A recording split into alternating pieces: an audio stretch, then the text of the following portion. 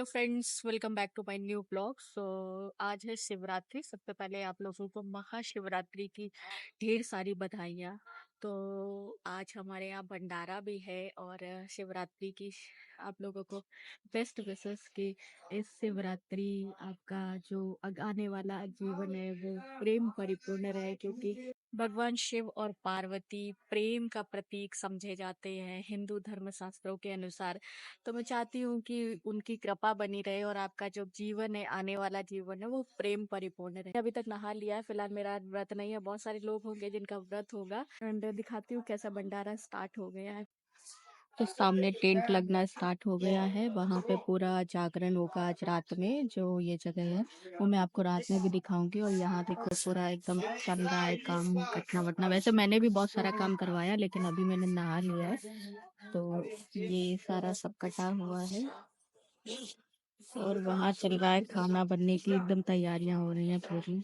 वो सोबिन भैया है, उनके यहाँ होता था, पीछे से भाई जा रहा है। बट इस बार उनके यहाँ कुछ सूदक हो गया, यानी उनकी भाभी की डेथ हो गई है, जिसकी वजह से उनके यहाँ नहीं हो पाया है। तो यहाँ हो रहा है। ये एक पूरा कमेटी का भंडारा होता है, कोई इंडिविजुअल नहीं होता है, पूरा कमेटी का भंडारा होता है। ये मैं छील रही थी मटर। बहुत मटर थी, 25 kg के आसपास थी। तो बहुत टाइम लगा था। कुछ मैंने छीली थी, कुछ बाद में और लोगों ने भी छीली थी। तो पूरा सब छीलते छीलते बहुत टाइम हो गया।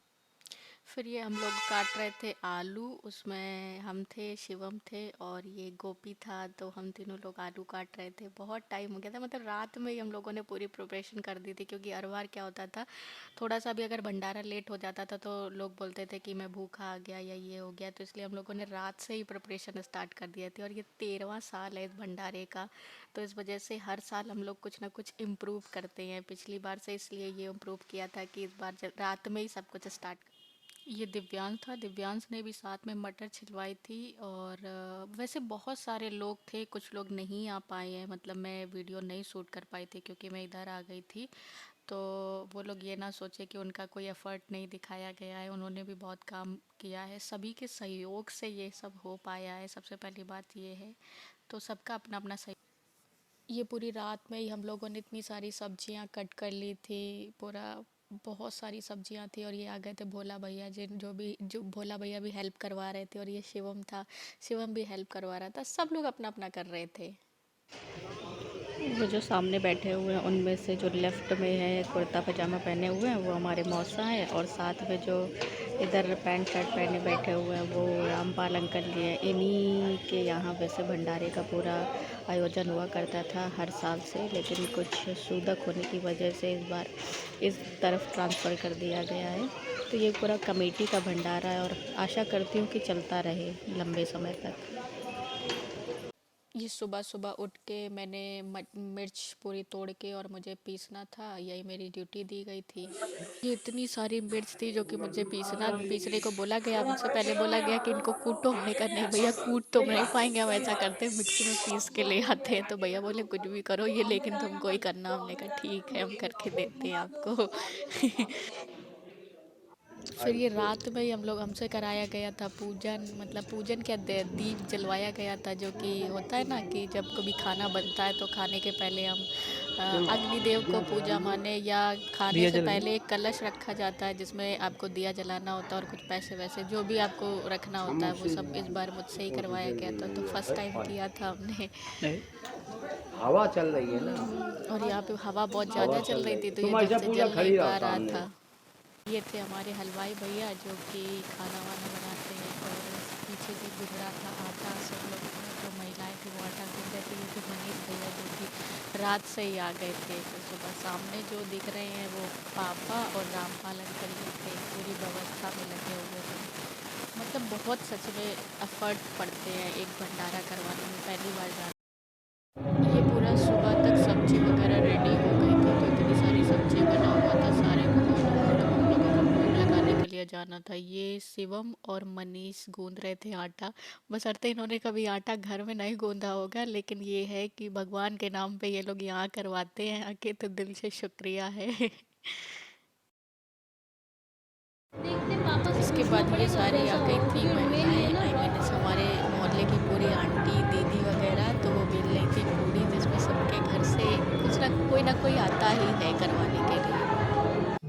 फिर ये भगवान का प्रसाद और पूरा भोग वोग रेडी हो गया था। इस बार मुझसे ही रेडी करवाया गया था, तो मैंने ही रेडी किया है, क्योंकि सोनी दीदी और उनकी मम्मी ने नहीं किया था कि मतलब सूदक की वजह से, तो मेरा ये उनके लिए गन्ना और धतूरा था। तो हम लोग अब जा रहे थे भोग लगाने यानी पूजा करने। तो यहाँ पे छोटे शिवम और बड़े शिवम दोनों हैं जो कि भगवान की पूजा कर रहे हैं, यानी उनको शिव जी को नहलाएंगे शिवलिंग को। वीडियो ब्लॉग बन गया। डालो यार, डाल दो यार। फिर ये भगवान शिव के पे गंगा जल चढ़ाया जा रहा था। मैं गंगा जल से उनको स्नान कराया जा रहा था। ये नॉर्मल पानी नहीं था, गंगा जल था। तो फिर इसके और ये जो बड़े शिवम है यानी जो मरून कलर की टी शर्ट पहने हुए, इनकी शादी हो गई है, तो ये बिना पत्नी के पूजा कर रहे हैं। जैसे मोदी जी बिना पत्नी के पूजा करते रहते, वैसे ही शिवम भैया भी कर रहे हैं। पता नहीं इन लोगों को पूजा लगे भी या नहीं लगेगी, क्योंकि शास्त्रों में बताया गया है कि बिना पत्नी के पूजा सफल नहीं होती है। तो शिवम भैया जाने की घाटा होगा या मुनाफा होगा इनका। फिर इसके बाद भगवान शिव पे चंदन और गोदी लगाई गई।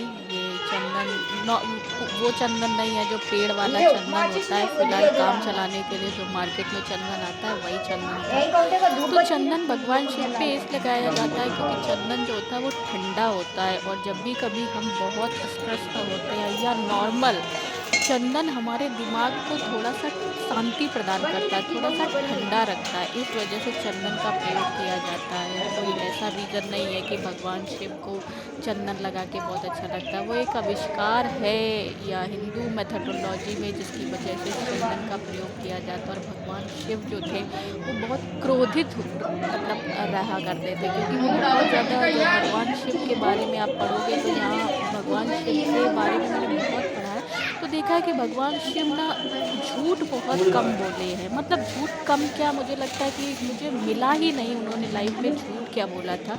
तो जो व्यक्ति झूठ नहीं बोलता है या व्यक्तित्व तो झूठ नहीं बोलता है, कहीं ना कहीं उसको क्रोध बहुत ज़्यादा आता है, क्योंकि यथार्थ सत्य पे दुनिया नहीं चलती है।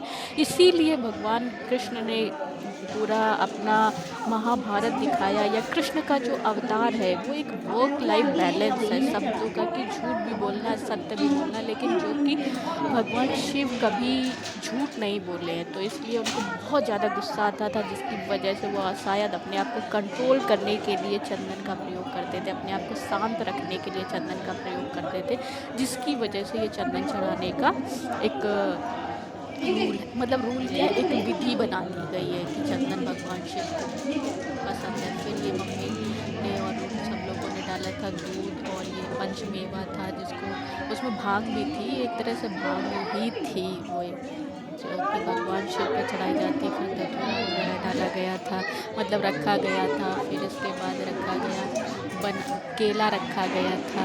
ये सोनी दीदी थी, मम्मी थी, शिवम था, मैं थोड़ा पीछे थी तो पूरा शूट करना था, इसकी वजह से मैं यहाँ से पूरा शूट कर रही थी। फिर इसके बाद पूरा सब कुछ ये गंगा जल और पानी, ये मतलब जल दोनों मिक्स किया गया था। फिर ये कलावा था, कलावा नंदी जी पे अभी चढ़ाया जाएगा, मिठाई वगैरह ये सब कुछ एकदम उनको पे अर्पित किया गया था, भोग लगाया गया था।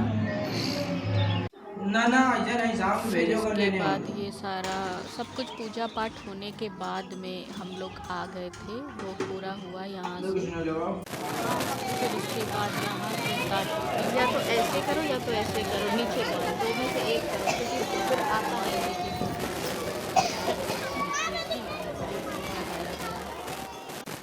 फिर ये सामने था जो कि ब्रह्म कुमारी आश्रम हमारे यहाँ हुआ करता है, वहाँ भी शिव जी की पूरी यात्रा होती है। कुमारी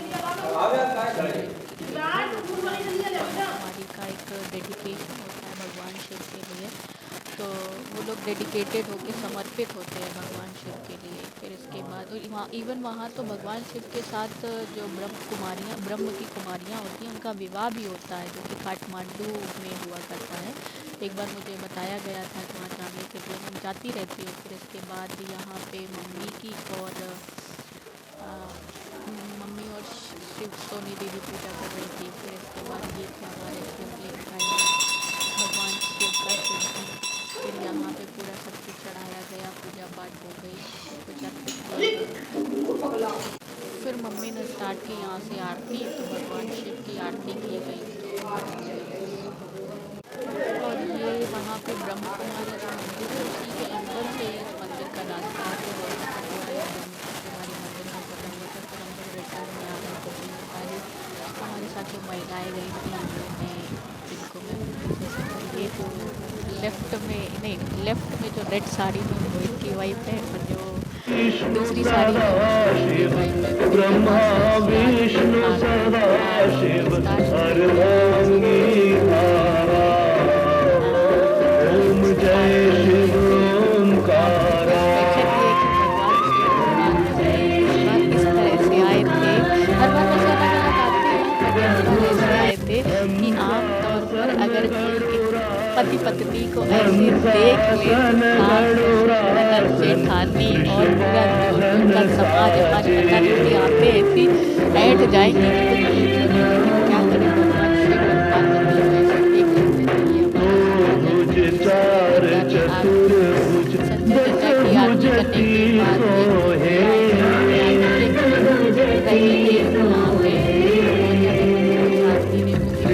गुण रूप निरखता गुण रूप निरखता त्रिभुवन जन मोहे।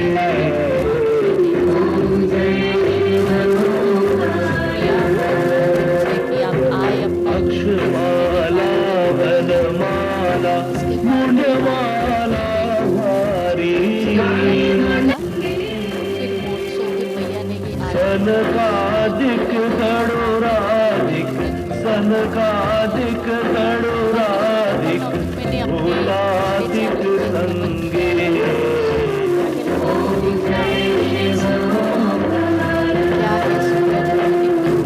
कर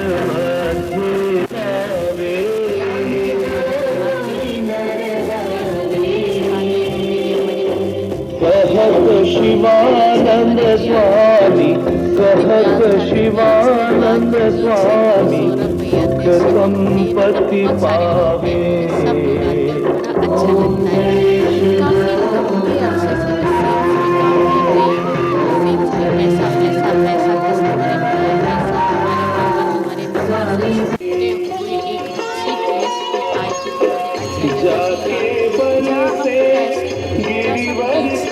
सामाजिक कार्यों में लगे हुए थे, बातें कर रहे थे।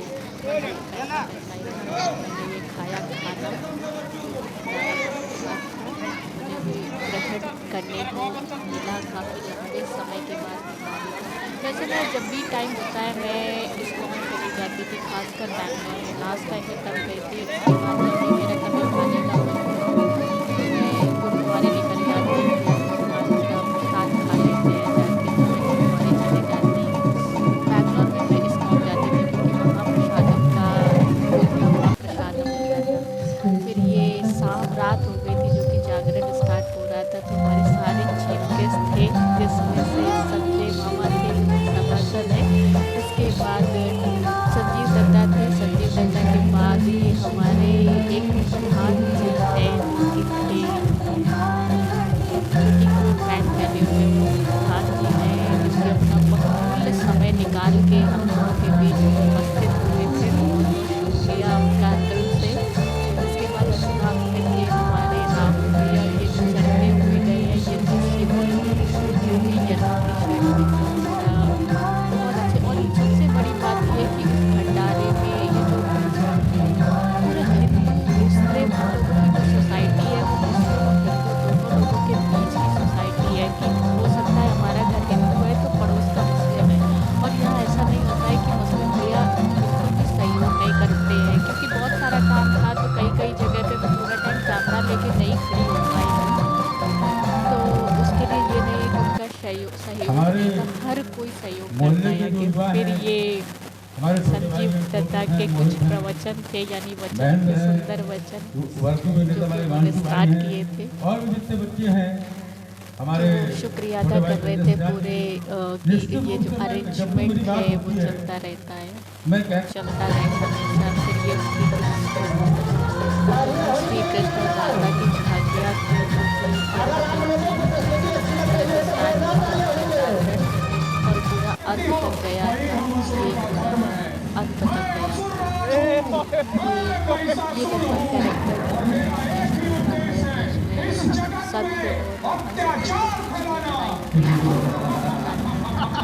और मिलते हैं नेक्स्ट ब्लॉग में। अगर कुछ नया होता है तो मैं आप लोगों से जरूर शेयर करूँगी। आपको अच्छा लगे तो चैनल को सब्सक्राइब करिए, शेयर करिए, कमेंट करिए। मिलते हैं फिर नेक्स्ट ब्लॉग में।